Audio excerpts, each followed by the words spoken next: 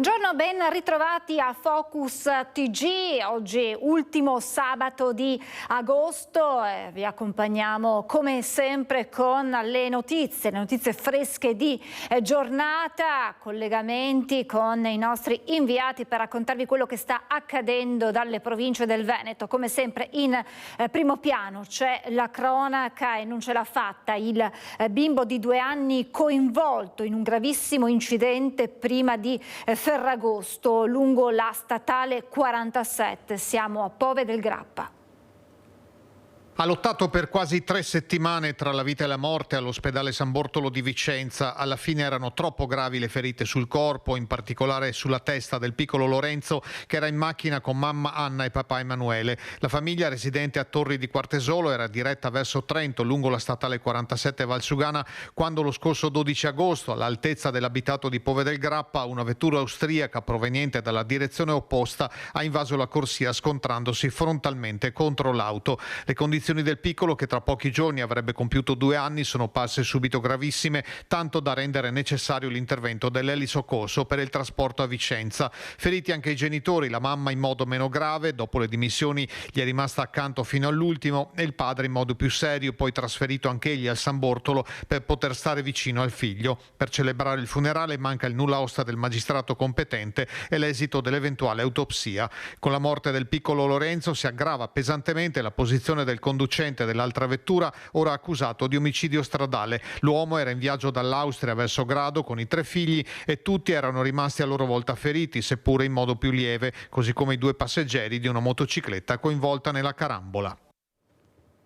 E purtroppo dobbiamo darvi conto dell'ennesimo incidente stradale lungo le strade del Veneto. È accaduto questa mattina tra le 6 e le 7, non è ancora ben chiaro l'orario. Vittima un ragazzo di 22 anni di Occhiobello, morto dopo essere uscito di strada autonomamente con la sua auto. La vittima si chiamava Filippo Pregnolato, il padre è un commerciante di pesce. L'orario dell'incidente in una strada di campagna isolata è antecedente di circa 4 ore rispetto al momento del rinvenimento avvenuto proprio all'alba di questa mattina. Dramma a Pionca di Vigonza. Ci spostiamo dunque in provincia di Padova, dove si piange Nicola Maddalozzo, il 28enne caduto da un ponteggio nell'aprile 2023, deceduto dunque dopo 16 mesi di coma. 16 mesi di agonia senza mai dare segnali di ripresa e tante domande che restano ancora aperte. Non ce l'ha fatta Nicola Maddalozzo, l'operaio di 28 anni di Pionca di Vigonza, morto dopo essere caduto da un ponteggio mentre era al lavoro in un cantiere di Limena. Era il 17 aprile del 2023 quando Nicola Maddalozzo, un giovane sano, un operaio molto stimato nel suo lavoro, era caduto da 6 metri di altezza mentre stava montando un condizionatore. Da subito le sue ferite erano sembrate gravissime e infatti dal coma Nicola non si è più risvegliato. Inizialmente ricoverato a Padova, dove era stato sottoposto a un intervento al cervello, al peggiorare delle condizioni Nicola era stato trasferito all'Hospice Bonora di Campo San Piero, dove si è spento. Al suo capezzale per 16 lunghi mesi la famiglia e in particolare il papà. Una notizia che ha scosso profondamente la comunità di Pionca di Vigonza, che si era riunita in preghiera sperando in una sua guarigione. Ed è morto dopo 3 settimane dalla violenta lite in strada in via Iappelli a Padova un 54enne di origine pakistana. La procura ha aperto un fascicolo per omicidio preterintenzionale. Ha lottato per 3 settimane nella terapia intensiva dell'ospedale Sant'Antonio di Padova, ma non ce l'ha fatta. È morto Javad Akhtar, 54 anni, il cittadino pakistano che la notte dell'8 agosto in via Iappelli era caduto a terra sbattendo violentemente la testa al termine di una lite con un connazionale, ora indagato in stato di libertà. Le accuse nei suoi confronti passano da lesioni colpose a omicidio preterintenzionale nel fascicolo aperto dalla Procura di Padova, che ha già affidato l'incarico per l'autopsia. Mancano pochi minuti alla mezzanotte, quando proprio la vittima avrebbe ingaggiato una violenta lite che, dalle urla, era subito passata alle mani con un connazionale in quella che è sembrata una resa dei conti finita con il 54enne caduto a terra e la disperata corsa in ospedale degli operatori del SUEM 118. La polizia, intervenuta sul posto, aveva acquisito subito le immagini delle telecamere dell'area e il cellulare della vittima. Una vera e propria base adibita allo spaccio di droga a Tezze sul Brenta, le case di 2 spacciatori che sono stati arrestati dai carabinieri. Oltre ad 1,5 kg di stupefacenti sono stati sequestrati anche 700 euro in contanti.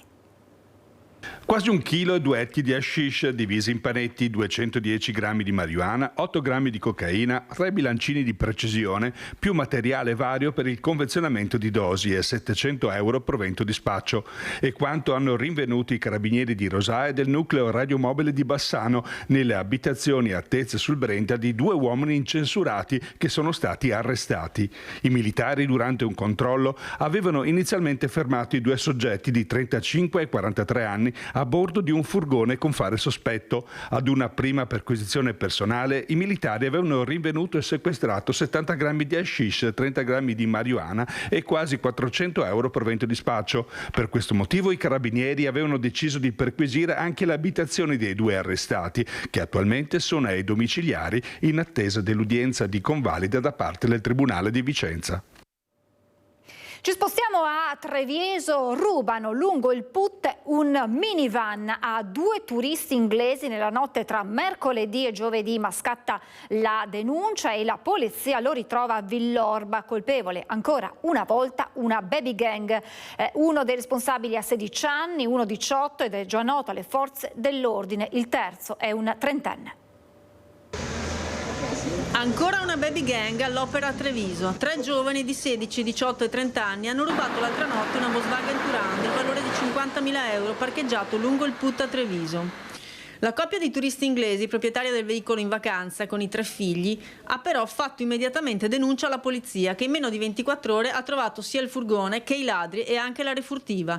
Si tratta di 3 giovanissimi, già noti alle forze dell'ordine, che dovranno rispondere davanti all'autorità giudiziaria dei reati di ricettazione e porto abusivo di oggetti atti ad offendere. Il 18enne è tra l'altro lo stesso soggetto che nei giorni scorsi si è reso responsabile della rapina ai danni del venditore di rose in piazza Santa Maria dei Battuti. Il furgone è stato poi ritrovato a Villorba, nel parcheggio del Pattinodromo. Aveva alcuni finestrini danneggiati e gli oggetti rimasti all'interno erano stati trafugati. I ragazzini invece si trovavano dentro un parco molto vicino a dove avevano abbandonato il mezzo. I giovani stavano tenendo dei comportamenti sospetti, tanto che gli agenti hanno proceduto ad un controllo. Uno di loro aveva in tasca un martelletto frangivetro e tutti e 3 avevano nelle tasche degli oggetti che erano contenuti all'interno del mezzo. Immediata quindi la denuncia a piede libero per tutti e 3. E non si è ancora spenta l'eco dell'aggressione subita dall'avvocato Barbara Vidotti in pieno giorno in via Cavour, episodio per il quale anche il presidente Luca Zaia ha espresso vicinanza e solidarietà alla vittima, anche se i commercianti di Borgo Cavour ribadiscono che la zona è sicura e si tratta solo di una bravata. Come presidente del Borgo mi dispiace dell'accaduto. Secondo me è una bravata dei ragazzi proprio. Non credo che il Borgo sia così pericoloso. Non abbiamo mai avuto confusione, non ha mai avuto nessuno noi qua. Noi siamo qua dalla mattina alle 7 e alla sera alle 8, 8 e mezza, quindi il Borgo qua da noi è vissuto ampiamente. A parer mio il quartiere è sicuro, frequentato comunque da studenti, professori, ci sono studi di avvocati, commercialisti, quindi c'è una zona sicura anche con i ragazzi. Io che lavoro con i ragazzi, sono sempre bravi ragazzi, non possiamo lamentarci qui. Certo, può succedere che ci sia la persona sgradevole, però non situazioni di violenza. Un quartiere che vive molto tra settembre e giugno, quando gli studenti affollano esercizi e strade, ma che non ha bisogno di più eventi, semmai d'altro. Ho detto anche al sindaco Mario Conte, ci vuole più passaggio di polizia locale, carabinieri. Restiamo a Treviso, oggi l'addio, l'ultimo saluto a Tidiane Bance, il 18enne rimasto vittima di un tragico incidente stradale lungo la Pontebana a Nervesa della Battaglia. Ci aggiorna in diretta con Francesco Cerona la nostra Elena Dal Forno. Buongiorno Elena. Buongiorno Francesca, buongiorno a tutti i telespettatori e le telespettatrici. Qualche minuto fa, proprio qui alle mie spalle, è stato dato l'ultimo saluto a Sheikh Tidiane Bance, un ragazzo di soli 18 anni che ha perso la vita sulla Pontebana domenica 18 agosto. Siamo qui con Yabre Amadou, che è il presidente della comunità Burkinabè, che ci spiega come si sente in questo momento la comunità rispetto a questo gravissimo episodio.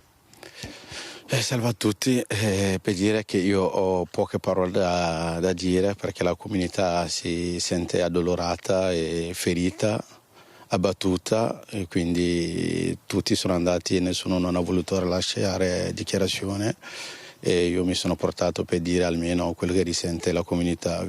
Siamo veramente dispiaciuti, un ragazzo di 18 anni, che è la cosa che nessuno ne si augura di seppellire il figlio, quindi uso queste parole forti per definire il dolore che sentiamo, quindi non soltanto la famiglia ma tutta la comunità, quindi non siamo là a parlare soltanto della famiglia, parliamo di tutta la comunità, perché intorno a queste tragedie qua siamo tutti uniti come comunità, quindi veramente ci dispiace tanto e vogliamo che sia fatto chiarezza, luce sull'accaduto.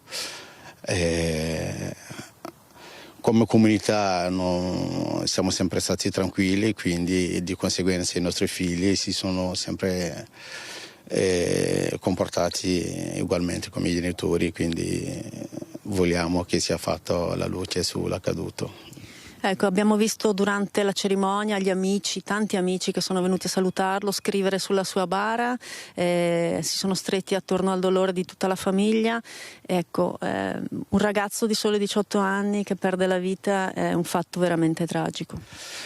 Sì, le cose tragiche, come dicono da noi, accade sempre all'essere umano, quindi ci sarà, ma ci auguriamo che almeno che sia fatta chiarezza e che accadano meno, quindi sì, ci sono dei provvedimenti da prendere, che se cose quando accadono meglio è, quindi non sappiamo in modo in cui è stato l'accaduto, almeno quindi un domani si può prendere dei provvedimenti per poter evitare questi tipi di tragedie.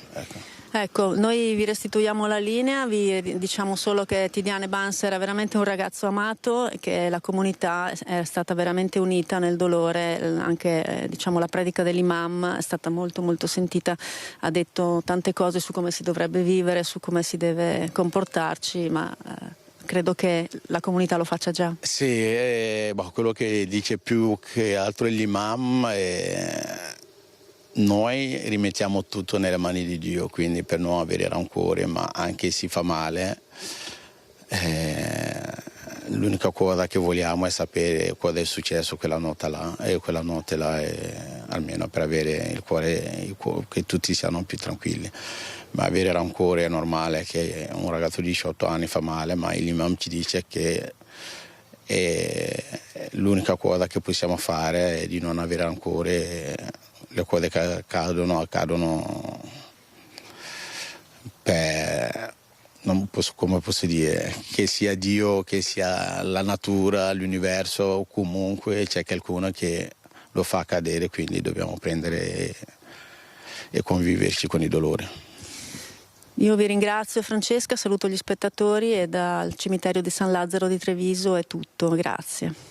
Grazie davvero Elena per averci raccontato del dolore di questa giornata.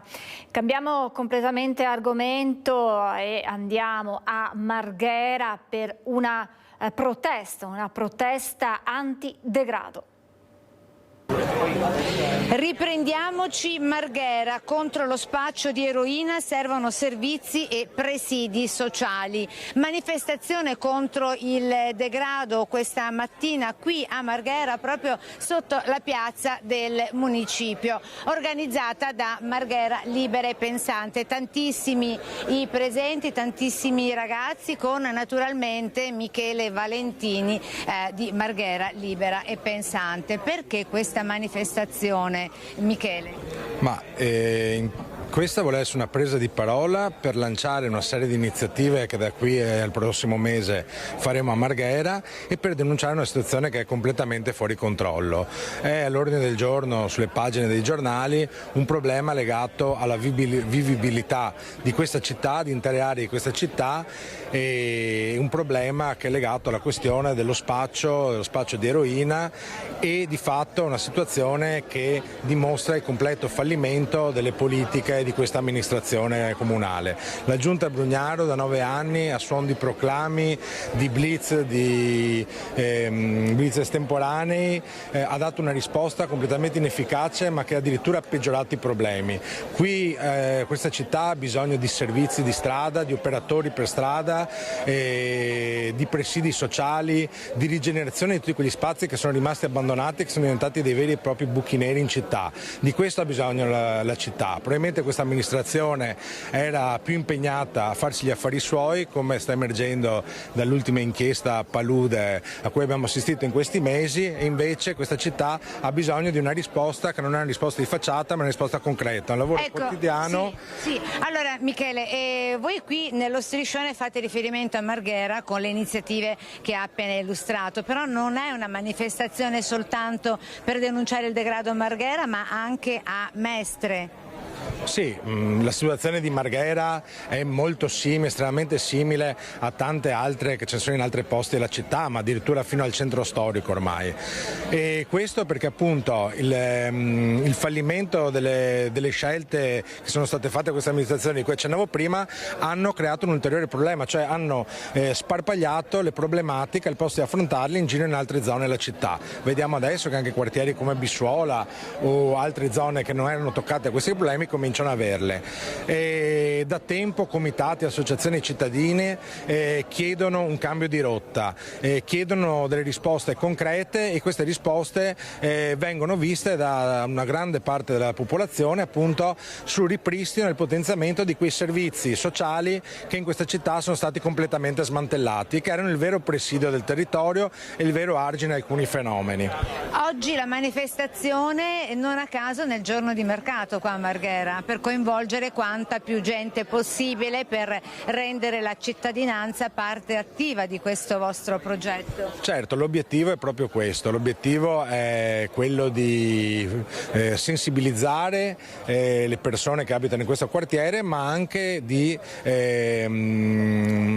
una richiesta di partecipazione da tante e tanti. Per questo noi faremo a metà settembre una grande assemblea di quartiere in cui discutere con la popolazione cosa si può fare insieme, e poi vogliamo fare anche un'altra iniziativa che sarà l'attraversamento delle vie più difficili la sera di questo quartiere. Quelle sono le cose che noi vogliamo fin da subito a settembre fare. Perché... Ecco, Michele, scusi se la interrompo, tra le vie più difficili proprio a 2 passi da qui è il famoso sottopasso della morte, come viene chiamato dai più.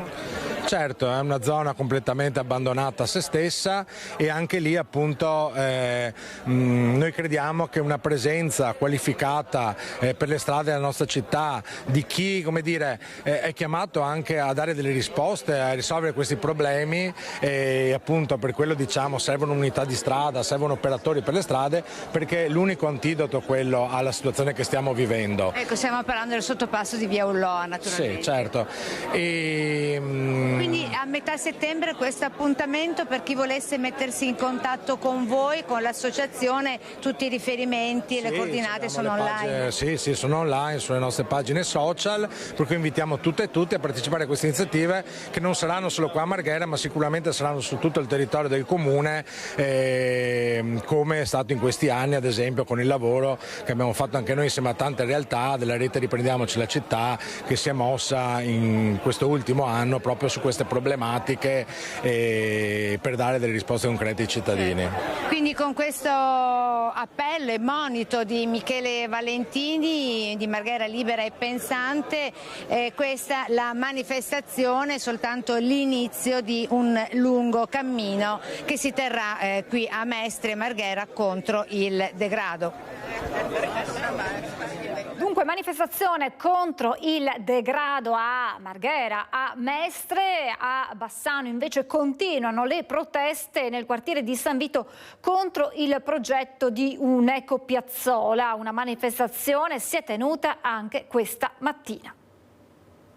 Buongiorno da Bassano del Grappa, quartiere San Vito. Alle mie spalle l'area di sgambamento cani che dovrebbe diventare, secondo le intenzioni di ETRA, un'ecopiazzola con degli ecocompattatori. Oggi un'altra manifestazione di protesta contro questo progetto, un'altra è in programma lunedì mattina. Con me, oltre a tanti cittadini residenti nel quartiere, c'è Giovanni Sponza, che è un po' il portavoce da qualche tempo contro questo progetto. Perché qui oggi, Giovanni?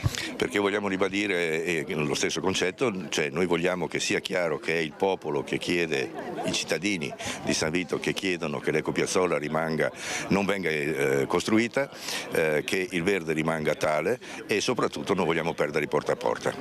Voi avete anche fatto una raccolta firme che sta continuando. Abbiamo fatto una raccolta firme con almeno un 650 o 700 firme, ne ho ancora a casa che non abbiamo più consegnato poi perché il sindaco pareva avesse congelato la delibera, cosa che invece non è successa, da cui abbiamo perso la sospensiva dei lavori come avete già pubblicato da qualche parte. Il ricorso al TAR ovviamente è ancora in vigore e lo dibatteremo a medio termine e quindi le cose stanno andando avanti come avevamo programmato. Il sindaco a cui lei fa riferimento è Elena Pavan. La lettera del sindaco di Elena Pavan, sì. 3 giorni fa abbiamo avuto un incontro col sindaco e con ETRA che ci ha praticamente convocato, ha usato me e siamo andati in altri 2 perché ha voluto solo 3 persone al massimo e ETRA era presente con mezzo consiglio di amministrazione e hanno cercato di darci un contentino e spiegarci che cosa sarebbe successo. Di contentino? Cioè? Il contentino non abbiamo neanche risposto, se devo essere sincero, perché sarebbe un parco giochi con le giostrine di fianco all'ecocompattatore, che mi pare una roba triste per non dire peggio. Secondo voi quali sarebbero le conseguenze della presenza qui in mezzo ai condomini e alle case dell'ecopiazzola? Allora, come abbiamo già detto in altre occasioni, svalutazione di chi ha le case qua intorno, odori, rumori e poi bisogna vedere, secondo me non guadagneranno nulla perché il loro obiettivo è aumentare la raccolta differenziata. Non verrà aumentata perché c'è gente che è vecchia, fa fatica a trovare i nipoti che gli portino i rifiuti, quindi io mi aspetto che dove ci sono ecopiazzole secondo me succede un gran bordello. Del resto si vede anche dalle foto che ci sono immondizie in giro, ratti, puzze e disastri e quindi nessuno di noi vuole ratti, puzze e disastri davanti a casa. Qui ci sono molte case che perderebbero una buona quota del loro valore. L'ecopiazzola costa 300.000 euro sembra, ma la svalutazione delle case qui intorno potrebbe superare i 2-3 milioni, quindi non so chi ci rimette di più da questo punto di vista. Ecco, diciamo l'ultima cosa che è fondamentale, tutti ci hanno accusato di non aver partecipato all'assemblea. Io ho scoperto che ci sono almeno 10 persone che hanno partecipato a quell'assemblea del 22 gennaio in cui qualcuno dice che si è dibattuto di ecopiazzola e non è vero che si è dibattuto di ecopiazzola, è un falso. Morale della favola, la gente che è andata a quella assemblea non ha sentito parlare di ecopiazzola, nessuno ha saputo niente di ecopiazzola, ci sono anche documenti del allora presidente di quartiere che attestano che si è parlato in consiglio di quartiere di ecopiazzola ma non in assemblea di quartiere, di conseguenza nessuno sapeva niente di questa storia. Quando si è saputo tutti hanno firmato che non la vogliono. A questo punto io direi qualcuno ci dovrà bene ascoltare.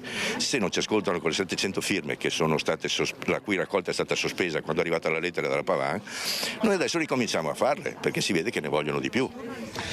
Aggiungo e preciso che i 300.000 euro a cui il signor Sponza ha fatto riferimento sono quelli che ETRA prenderebbe dal PNRR e che deve utilizzare entro la fine dell'anno, esatto, appena la perdita. Lunedì tornerete qui?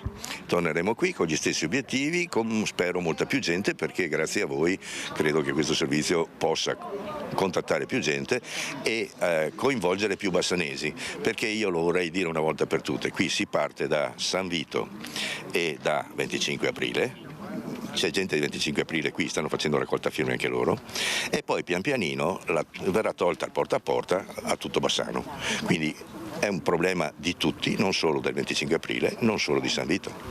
Grazie Giovanni Sponza, grazie Alessandro Costacuta per la parte tecnica, ci torneremo anche lunedì e saremo qui per seguire questa protesta. E adesso andiamo a Padova con la situazione alla stazione, dove sono aumentati gli episodi di consumo di droga, nuovi controlli della polizia locale. Tossicodipendenti che si bucano in strada, scambi di droga senza tetto, che dormono sotto il sole cocente e in una situazione di forte disagio. La stazione di Padova in queste settimane estive è stata al centro del dibattito per la sua criticità. Nei giorni scorsi ci sono stati dei controlli della polizia locale. I controlli ci sono sempre stati, i controlli sono quotidiani, sono fatti dalla polizia locale, sono fatti dalle forze dell'ordine. A Padova in stazione non esiste un problema di ordine pubblico, esiste un problema di disagio, un disagio che noi come amministrazione comunale in primis dobbiamo cercare di combattere. Lo vogliamo combattere però senza dimenticare che queste persone hanno delle necessità. Un lavoro insieme ai servizi sociali che con le 2 unità di strada stanno monitorando la zona stazione. Una di queste unità è proprio dedicata ad avvicinare chi ha problemi di tossicodipendenza. È effettivo, è stato registrato anche dalle nostre unità di strada un aumento delle persone tossicodipendenti nell'area della stazione, persone che provengono anche da altre aree del Veneto. Stiamo provando a capire le motivazioni, crediamo che si tratti di un fenomeno temporaneo che probabilmente con il ripristinarsi dei ritmi autunnali rientrerà. Certo che ci impegna a fare ancora di più come servizio sociale per soccorrere queste persone. Un intervento ampio che deve portare anche alla riqualifica urbana della stazione con i progetti futuri per l'area, spiega Bonavina. In questi primi giorni di controlli abbiamo aiutato delle persone che erano in chiara difficoltà, ma se andiamo a guardare agli interventi invece quelli contro le persone che delinquono si contano su 3 dita. Settembre è il mese della Fiera dell'Oro a Vicenza, ma non solo, sono davvero tante le feste e le sagre in tutta la provincia vicentina. La priorità per tutti questi eventi è sicurezza e allora ecco il piano della prefettura. Il settembre vicentino nasce sotto il segno della sicurezza. Si blindano fiere, feste paesane, sagre. Tutto è stato già pianificato dalle forze dell'ordine che in prefettura hanno messo a punto servizi di vigilanza e pattugliamenti. Il mese che inizia sarà particolarmente intenso. Il 6 settembre inizia la Fiera dell'Oro. Lo stesso giorno apre la partecipatissima Fiera del Soco a Grisignano di Zocco, la più antica del Veneto. L'8 settembre è la festa della patrona di Vicenza, la Madonna di Monteberico. Tutto concentrato in una manciata di giorni. E poi la festa del baccalà di Sandrigo dal 19 al 30 settembre, a cui bisogna aggiungere le sagre paesane sparse nel Vicentino per tutto il mese. L'obiettivo fissato in prefettura è garantire lo svolgimento sereno e sicuro degli eventi e per questo sarà intensificata la presenza delle forze di polizia per garantire l'ordine pubblico e intervenire prontamente in caso di necessità. Fari puntati sulle zone più sensibili, con elevata presenza di visitatori, che saranno monitorate da questura, carabinieri, fiamme gialle e polizie locali, mentre le aree destinate agli spettacoli e all'intrattenimento saranno presidiate da associazioni di volontariato e dai vigilantes. Le guardie giurate supporteranno l'organizzazione degli eventi, fornendo assistenza ai visitatori e collaborando attivamente con le autorità competenti. Il rafforzamento della presenza delle forze dell'ordine sarà garantito per tutto il periodo di svolgimento delle manifestazioni, con accorgimenti di safety e security per scongiurare possibili furti dell'incasso e aggressioni da parte di malviventi ai danni delle Proloco e delle associazioni coinvolte nell'organizzazione degli eventi. Insomma, il piano è tracciato. Il settembre vicentino sarà sorvegliato e blindatissimo nel segno della sicurezza. Il campo scuola del progetto Anch'io sono la protezione civile chiude anche per quest'anno, ideato per sensibilizzare ed educare gli studenti delle scuole superiori. Nell'ultima settimana di agosto si è tenuto a San Gottardo di Zovencedo, sul posto l'assessore regionale alla protezione civile della regione Veneto, Giampaolo Bottaccin, con cui abbiamo fatto il punto anche sull'allarme incendi. Raccontaci tutto, buongiorno a Carlo Inghilleri insieme all'assessore Bottaccin. Sì, buongiorno a tutti i telespettatori, buongiorno all'assessore veneto alla protezione civile Giampaolo Bottacin. Ci troviamo a San Gottardo di Zovencedo, è una località molto bella, in collina, e qui si è chiusa proprio oggi questa settimana di campi scuola per ragazzi di 16 anni, quindi delle scuole superiori, che sono stati sensibilizzati a tutti quei temi che hanno a che fare proprio con l'approccio ai problemi di cui poi si occupa la protezione civile. Ecco, Assessore, una settimana importante perché le nuove generazioni devono essere preparate già adesso per poi diventare gli uomini e le donne del futuro. Assolutamente sì, intanto ricordiamo che la Regione Veneto è la regione di riferimento a livello nazionale, come ha sottolineato il Presidente della Repubblica Mattarella, in materia di protezione civile, ma questo è anche grazie ai 20.000 di protezione civile che ovviamente fanno i conti con la carta d'identità, quindi l'età avanza e serve ricambio. Ecco che i ragazzi di 16 anni stanno diventando la famosa foresta che cresce.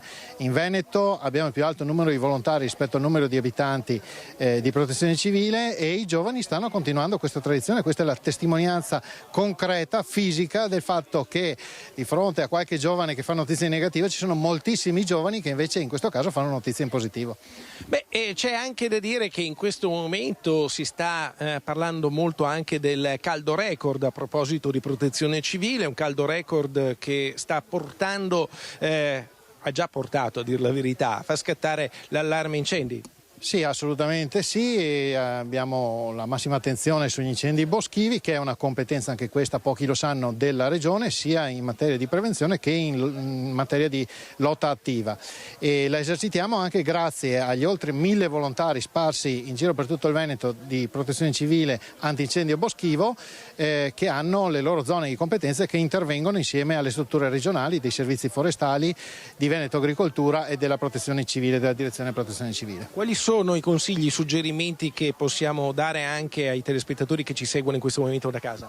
Sono consigli che possono sembrare anche banali, che riguardano il buon senso: non accendere fuochi, non parcheggiare l'auto sopra l'erba secca, possibilmente non buttare mozziconi di sigaretta in zone che possono prendere fuoco. Insomma, consigli di buon senso che possono evitare grossi problemi, perché poi quando parte un incendio boschivo, soprattutto se c'è il vento, poi diventa molto difficile spegnerlo. Bene, io ringrazio l'assessore veneto alla protezione civile Giampaolo Bottacin. Direi che qui da Zovencedo è tutto, restituisco la linea allo studio. Grazie davvero a Carlo Inghilleri insieme all'assessore Giampaolo Bottacin, e restiamo a Vicenza con un tema sentito e assolutamente d'attualità, è quello della sicurezza. Dopo la rissa notturna in corso San Felice, la Lega torna alla carica chiedendo che la polizia locale venga dotata di taser.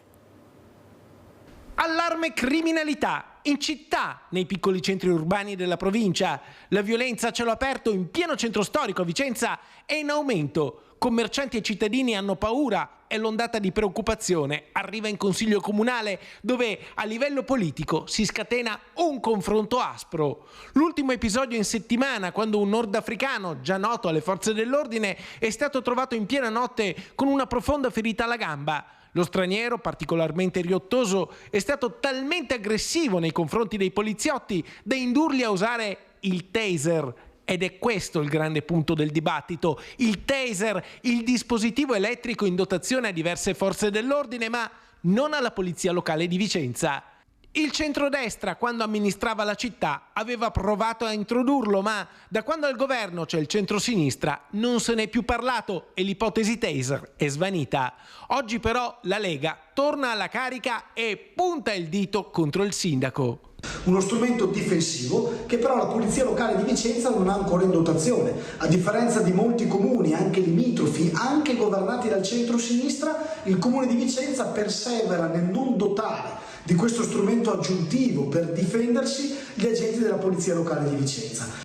La Lega invita il sindaco e la giunta di centrosinistra ad avviare la sperimentazione del taser anche per la polizia locale di Vicenza. Durante le sedute del Consiglio Comunale, nonostante le normative consentano ai comuni di dotarsi di questo dispositivo, la Lega lamenta che ogni ordine del giorno presentato a favore del taser è stato prontamente respinto. Come capogruppo della Lega ho più volte portato in Consiglio Comunale questa proposta attraverso ordini del giorno sia in sede di bilancio sia nei consigli comunali monotematici sulla sicurezza. Il sindaco e l'amministrazione Possamai hanno sempre preferito dare spazio ai pregiudizi ideologici piuttosto che alla concretezza su un tema sentito e ormai sempre più importante. Allora, quante altre aggressioni dovranno subire i nostri agenti prima che il sindaco sotterri l'ideologia e lasci spazio a un po' di pragmatismo sul tema sicurezza? Invitiamo a tornare sui propri passi, si convinca che questo taser, questo strumento difensivo è un qualcosa in più per affrontare questa emergenza e dia risposte concrete e non solo ideologiche. E allora adesso andiamo a Zero Branco, dove è stato il taglio del nastro della tradizionale storica festa sagra del peperone. Il territorio celebra le sue eccellenze. Buongiorno a Lucio Zanato e ai suoi numerosi ospiti. Buongiorno Lucio. Buongiorno Francesca, buongiorno ai telespettatori di Rete Veneta. Sono con il sindaco, sono il presidente della Prologo, sono con il delegato dell'Umpli, perché qui se n'è parlata di questa cosa. Però partiamo col presidente della Prologo che dirà due parole perché ha perso la voce a furia di organizzare, vero presidente? Sì, perfetto.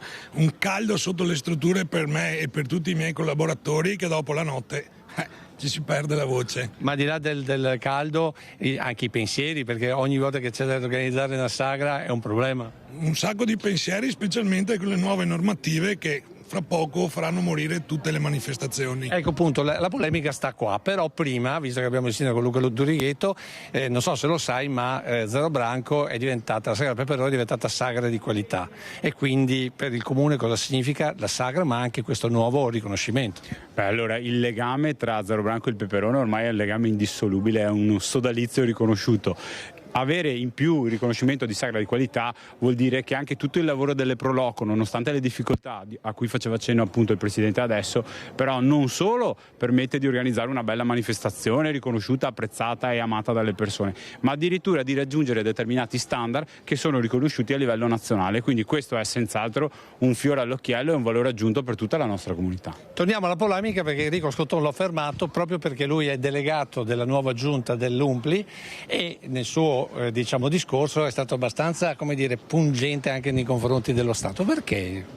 Perché io credo che le regole che devono un po' muovere il mondo del volontariato delle Proloco sono due: sicurezza ma abbinata al buonsenso, e il buonsenso si è perso soprattutto a causa di legislatori che applicano le norme tout court senza considerare con chi hanno a che fare, per cui ci troviamo ogni giorno, ogni legge che esce, oberati di adempimenti, per cui i presidenti hanno responsabilità straordinarie, grandissime, non dormono la notte, e tanti volontari cominciano a dire ma vale davvero la pena?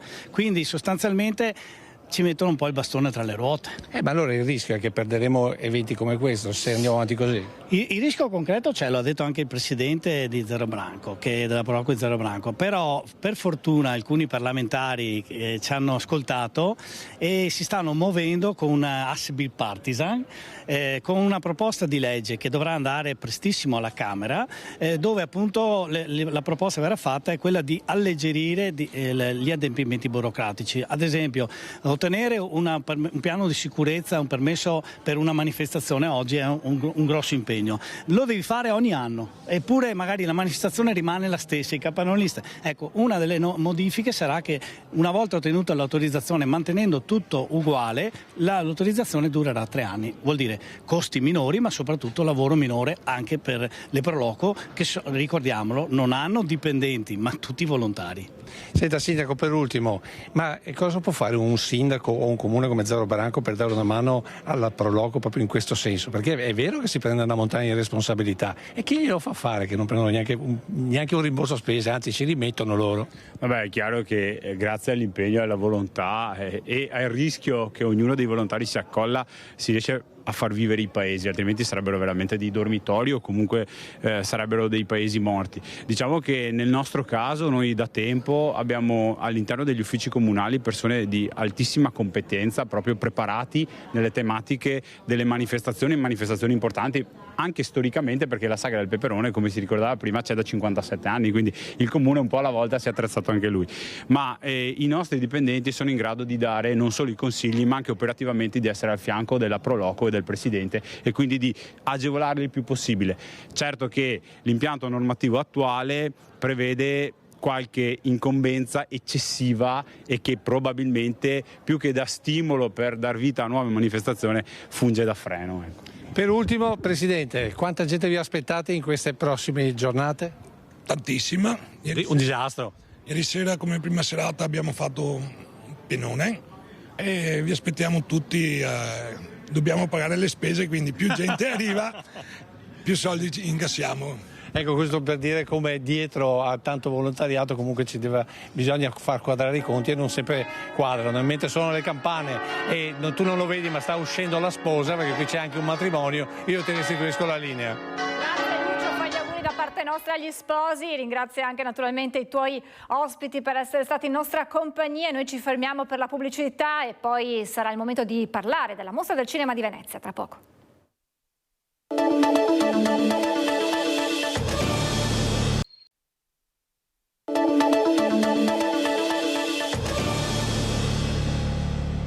Rieccoci in diretta con Focus TG e come anticipato è il momento di andare al Lido di Venezia per tutte le novità di questa nuova giornata alla Mostra del Cinema. Buongiorno al nostro Lorenzo Maier. Buongiorno Francesca, dai nostri telespettatori. Sì, oggi a Venezia è la giornata di Jude Law e ovviamente la giornata del primo film italiano in concorso di Gianni Amelio, Campo di battaglia. Oggi è la giornata dei grandi registi perché peraltro qui a Venezia al Lido anche Marco Bellocchio, che abbiamo intervistato questa mattina, in doppia veste, diciamo così, sia di coproduttore del film di Amelio che anche di regista di un corto che verrà presentato qui alla mostra, realizzato dai suoi allievi della scuola di cinema, un prodotto che è stato appunto Bellocchio realizza ogni biennio e che quest'anno avrà l'onore di essere visto proprio qui alla Mostra Internazionale d'Arte Cinematografica di Venezia. Una giornata all'insegna dei grandi registi, dei premi come il Bresson che Bellocchio riceverà tra poco dalla Santa Sede, e anche, possiamo dire però, una giornata di attesa, perché senza nulla togliere alla bellissima giornata di oggi che avrà molti eventi, domani per Venezia sarà una giornata clou, la regata storica e ovviamente il Canal Grande non c'entra con la mostra, ma alla mostra è la giornata di George Clooney e Brad Pitt, quindi i fans che stazionano al Lido già da questa mattina, alcuni si sono direzionati verso la Giudecca perché pare che Clooney e Pitt arrivino questa sera e alloggeranno, sembra, a Cipriani, che ovviamente già da giorni è circondato da uno strettissimo servizio d'ordine. Quindi una giornata dei grandi registi oggi, del primo film italiano in concorso e dell'attesa per Brad Pitt e George Clooney, che saranno protagonisti insieme nello stesso film e che domani regaleranno a Venezia una delle pagine più attese. Lorenzo, grazie davvero per questi aggiornamenti, puntuale come sempre, poi questa sera nel corso dei nostri telegiornali tutte le novità. Grazie davvero Lorenzo Maier e buon lavoro. A voi. E adesso torniamo abbiamo visto di una giornata, di un sabato di proteste da Bassano a Venezia. Ce n'è un'altra che è andata in scena questa mattina a Padova, dove una ventina di comitati cittadini si sono dati appuntamento sia a Padova sia a Rubano per protestare contro il taglio degli alberi per far posto alla linea del tram. Per tutta la mattinata protesta davanti a Palazzo Moroni dei comitati cittadini contro l'abbattimento degli alberi, una protesta che in realtà è doppia perché i cittadini sono qui a Padova, sull'Istonzo, quindi nel cuore della città, ma sono anche a Rubano, dove c'è il mercato e da dove partirà, dove insomma si trova il capolinea del SIR 2. Siamo con la signora Paola, che fa parte della Lega per l'abolizione della caccia. Tanti comitati cittadini cittadini intanto vi aspettavate tutta questa gente? No, siamo molto soddisfatti perché si sta spostando l'interesse che prima era solo delle associazioni, anche dei comitati ambientalisti e animalisti, adesso finalmente anche i cittadini stanno prendendo atto di quello che sta succedendo in città, perché l'abbattimento degli alberi, oltre per il tram, è evidente sotto gli occhi di tutti, insomma ci sono delle realtà, ormai Padova è una città che sta diventando completamente disboscata. Ecco, circa 800 gli alberi che sono stati abbattuti per la realizzazione del tram proprio nell'ultimo periodo, voi puntate a difenderne alcuni. Noi cerchiamo di porre l'attenzione su quei pochi che sono rimasti, che riguardano la linea sempre SIR2, la parte di Chiesa Nuova, ormai sono stati abbattuti quasi tutti, a parte una trentina di bagolari che sono sul cavalcavia e che verrebbero abbattuti per consentire il passaggio contemporaneo di tram e auto. E la parte finale invece che va la parte da Chiesa Nuova fino a Rubano, e lì ci sono platani che hanno 80-100 anni, che poi è il proseguimento di quelli che erano di Chiesa Nuova, che sono stati abbattuti in un raid, direi, perché quelli di Chiesa Nuova sono stati abbattuti nel giro di 2 giorni senza che la cittadinanza fosse neanche avvisata. Di solito viene pubblicato questi abbattimenti importanti, invece un blitz. Ecco, voi siete molto preoccupati anche per la fauna selvatica. Certo, tutti questi abbattimenti, soprattutto anche quello dell'anno scorso, che sono stati abbattuti 400 alberi sulla passeggiata Bianchini, che era praticamente un parco, e lì sono stati abbattuti 400 alberi. C'è un regolamento comunale che regola gli abbattimenti e le potature importanti che dovrebbero essere bloccate nel periodo di nidificazione fino al 31 luglio. L'anno scorso con la nostra associazione abbiamo fatto una diffida e sono state bloccate, il 1° agosto sono ripartite. Quest'anno, malgrado ci fosse un'altra diffida, per motivi di interesse pubblico sono stati abbattuti anche durante proprio il periodo di maggior nidificazione, e questo è un grande problema per la fauna, ma non solo per gli uccelli, ma ci sono ricci, scoiattoli, assioli, insomma, che non hanno più trovato i nidi, e quando torneranno troveranno assolutamente una città completamente cambiata. Ecco, vuole lanciare un appello ai nostri microfoni? Siamo preoccupati per la piega che ha preso, cioè Padova non è più una città, si sta snaturando, si parla tanto di verde e qui di verde non è più rimasto fondamentalmente. E protesta simile quella in corso a Treviso, oltre alla petizione per salvare i pini marittimi di Viale Cesare Battisti, arrivata ad oltre 1000 firme raccolte, ora arriva una lettera indirizzata alla soprintendenza dal Comitato Alberi Urlanti che chiede la trasformazione in viale monumentale. Abbiamo spedito oggi una PEC alla Sovrintendenza di Venezia chiedendo come mai nell'ambito della riqualificazione di Viale Cesare Battisti, oltre al taglio di tutte le alberature presenti attualmente, è stato deciso anche di cambiare il tipo di alberatura. Non bastava la petizione per fermare l'abbattimento dei 43 pini marittimi di Viale Battisti prossimi al taglio del 2 settembre, ora arriva anche una lettera indirizzata alla soprintendenza da parte del Comitato degli Alberi Urlanti, che ha annunciato sui suoi canali social di avere scritto una missiva per scongiurare non solo la morte dei pini centenari, ma anche per capire perché si voglia cambiare il tipo di alberatura presente nella zona da quasi 100 anni. Sono stati infatti piantati nel 1930 i pini marittimi, e quindi un'alberatura ormai intrinseca al quartiere stesso, ma c'è ancora di più. Noi come comitato chiediamo che questo viale venga considerato come viale monumentale. È una congruenza storica e architettonica e paesaggistica, oltre che ovviamente un danno sul piano della bellezza, dell'ecologia, della sostenibilità ecologica del viale, anche perché credo sia l'unico viale rimasto entro mura. Il comitato non è d'accordo con la sostituzione dei pini con lecci o querce, che altrove a Treviso hanno già presentato problemi. Sono entrambe tipologie di piante che hanno seri problemi a crescere e a sopravvivere a Treviso, visti altri quartieri dove abbiamo visto per esempio Sant'Abone e Lecci completamente pieni di cocciniglia, o altri querce piramidali che sono tutte morte entro l'anno. I pini sono piante molto resistenti e hanno bisogno di poca manutenzione, ma il vice sindaco Manera ha detto che non era possibile riqualificare il viale mantenendo l'alberatura. Oggi ci sono le conoscenze e le competenze per fare in modo che questi alberi non interferiscano con i sottoservizi e non diano i problemi di sollevamento dell'asfalto. Si possono fare delle scelte di mantenimento di questo patrimonio anche paesaggistico, possiamo non rinunciarvi, ma dandogli il valore che questi alberi meritano. Ci auguriamo che i cittadini ci appoggino in questo e che si possa in qualche modo dialogare con l'amministrazione. E noi ci fermiamo per ancora qualche istante di pubblicità, tra pochissimo.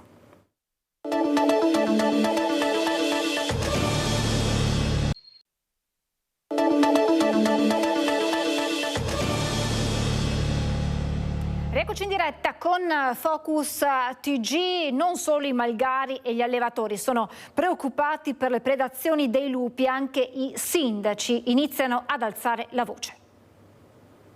2 dozzine di predazioni sono state contate equamente divise solo tra il territorio di Lusiana Conco e quelli di Lugo, Calvene e Caltrano. Ma al comune sì, ma a Gaudio proprio nessuno, tanto che le istituzioni iniziano a parlarne a più livelli, a partire dal basso e quindi dai comuni. Se gli allevatori dovessero, come hanno già in parte fatto o annunciato, abbandonare le terre alte, verrebbe a mancare un presidio e una tutela del territorio. Questo ovviamente creerebbe un gravissimo problema anche dal punto di vista idrogeologico, che si ripercuoterebbe anche in modo importantissimo sulla pianura. I primi cittadini stanno cercando di far salire il grido di allarme ai piani superiori tramite la provincia fino alla regione e al governo. Perché è un problema legato non soltanto all'allevamento, quindi non è solo un problema degli allevatori, ma è anche un problema importante, sta diventando anche un problema importante per quanto riguarda la sicurezza, l'ordine pubblico, perché abbiamo visto animali che diventano sempre più confidenti, quindi si avvicinano con sempre maggiore naturalezza alle nostre contrade, alle case, ma anche ai centri. Lo stiamo vedendo anche in pianura questo, no? Ed in effetti, quasi in contemporanea a queste dichiarazioni, avvistamenti multipli sono stati registrati a Crosara, Pradipaldo, Valle San Floriano e fino a via Cobalchini a Marsan. È vero che il lupo era scomparso, ma che prima c'era nei nostri, però ora è molto antropizzato il territorio, quindi non possiamo più lasciare che la specie sia senza nemici di alcun genere, perché effettivamente loro sono all'apice, no, della piramide, quindi non hanno predatori. Se i branchi censiti in Pedemontana sono una ventina, tra cui molte femmine, è lecito aspettarsi una moltiplicazione rapida degli esemplari. Lungi da noi pensare a forme di soppressione, però certamente una qualche misura da adottare per tenerli lontani dalle case, dagli allevamenti, bisognerà trovarla, insomma. A Padova torna dopo 5 anni la cena gratuita per tutti, interrotta nel 2020 a causa Covid, e la tradizione torna a grande richiesta grazie al coordinamento a braccia aperte. La cena gratuita per tutti si svolgerà il 7 settembre in Piazza dei Frutti, un momento per unire la cittadinanza, comunità straniere e volontariato, un evento per dimostrare quanto Padova sia inclusiva e solidale. La tradizione era stata interrotta nel 2020 per colpa del Covid, ma ora è stata organizzata di nuovo dal coordinamento a braccia aperte. In questo momento non possiamo fare una cena per tutti per conto nostro, isolata da tutto il resto. Noi vogliamo collegarla direttamente alla realtà nella quale ci troviamo a livello nazionale, ma anche a livello internazionale, sia per quanto riguarda la guerra, sia per quanto riguarda la situazione impossibile e le atrocità di quello che sta avvenendo in alcune zone, e vogliamo collegare il fatto che la cena per tutti è un dato positivo. Se io voglio aiutare anche le situazioni disastrate, o adopero la vita e adopero tutte le energie che ho per fare in modo di entrarci in modo che anche gli altri ne abbiano un vantaggio, o altrimenti non faccio altro che produrre ancora la separazione e anche la difficoltà per le persone. Cibo come segno di vita nella pace, questo è il messaggio lanciato da Don Albino Bizzotto, volto simbolo di questa manifestazione. La nostra solidarietà è un far vedere che il cibo è essenziale e quotidiano per tutti, ma la seconda cosa è tener conto che in questo momento voler la pace significa agire in continuazione perché venga veramente estromessa dalla storia della guerra. Un momento per avvicinare la cittadinanza alla solidarietà. Siamo attirati dalla notizia che arriva e che è una notizia pesante, ma poi non facciamo niente altro e continuiamo a vivere ancora di questo noir che ci viene addosso ogni sera e ogni giorno. Su questo le responsabilità ai vertici delle istituzioni sono grosse e a livello sociale, se noi non partiamo da quelli che dormono in strada, continuiamo a fare la nostra carità, ma una carità elegante, quella ricca. Non è questa la vera carità. Un piccolo rapace intrappolato in un camino è stato salvato dai vigili del fuoco a Legnaro. A insospettire la famiglia che ospitava, inconsapevole da giorni, il piccolo rapace notturno, uno strano rumore che sentivano in casa. È stata capace di farsi notare e chiedere aiuto la civetta salvata dai vigili del fuoco a Legnaro. Era intrappolata nella canna fumaria dell'abitazione e non riusciva a uscire in nessun modo. Avvisati dalla famiglia, i pompieri hanno ispezionato il camino, individuato l'animale, provvedendo poi a recuperarlo. Appena portata all'esterno, la civetta è stata liberata in un parco ed è finalmente tornata a volare. E adesso una bella storia che arriva da Verona, si chiama Mustafa, lavora come addetto alla sicurezza in un supermercato di Verona dove è intervenuto più volte per bloccare malintenzionati e piccoli delinquenti, venendo anche ferito in alcune occasioni con pugni o colpi di bottiglia. Per questo è stato ribattezzato dai dirigenti l'angelo del quartiere. Dopo aver aiutato le volanti della questura ad arrestare in flagranza di reato un giovane magrebino per tentata rapina aggravata dall'uso del coltello, si era guadagnato la pergamena del questore con la scritta amico della polizia. Adesso l'uomo ha ricevuto l'atteso permesso di soggiorno, un iter, quello del rilascio del documento, che richiede accertamenti lunghi e complessi che comportano tempi, e lo sappiamo bene, inevitabilmente lunghi. Il permesso è stato consegnato personalmente dal questore di Verona Roberto Massucci. Terminato l'iter, Mustafa ha finalmente la tessera digitale che lo inserisce a pieno titolo nella comunità veronese. Insomma, una bella vicenda che vi abbiamo raccontato da Verona. Siamo ormai in chiusura di questa edizione di Focus TG. Vi abbiamo raccontato purtroppo di una vittima sulla strada, un 22enne che ha perso la vita, ancora da definire l'orario preciso dell'incidente accaduto nel Rodigino. È uscito di strada autonomamente con la sua auto ed è stato ritrovato solamente questa mattina all'alba tra le 6 e le 7, ma il decesso risalirebbe a 4 ore prima. E poi la morte del bimbo di 2 anni che era rimasto coinvolto in un incidente stradale qualche giorno fa a Pove del Grappa. E poi vi abbiamo raccontato dell'ultimo saluto al 18enne rimasto vittima di un grave incidente stradale lungo la Pontebana a Nervesa della Battaglia. E poi insomma questo sabato di proteste, da quella antidegrado a Marghera a quella contro il taglio degli alberi andata in scena a Padova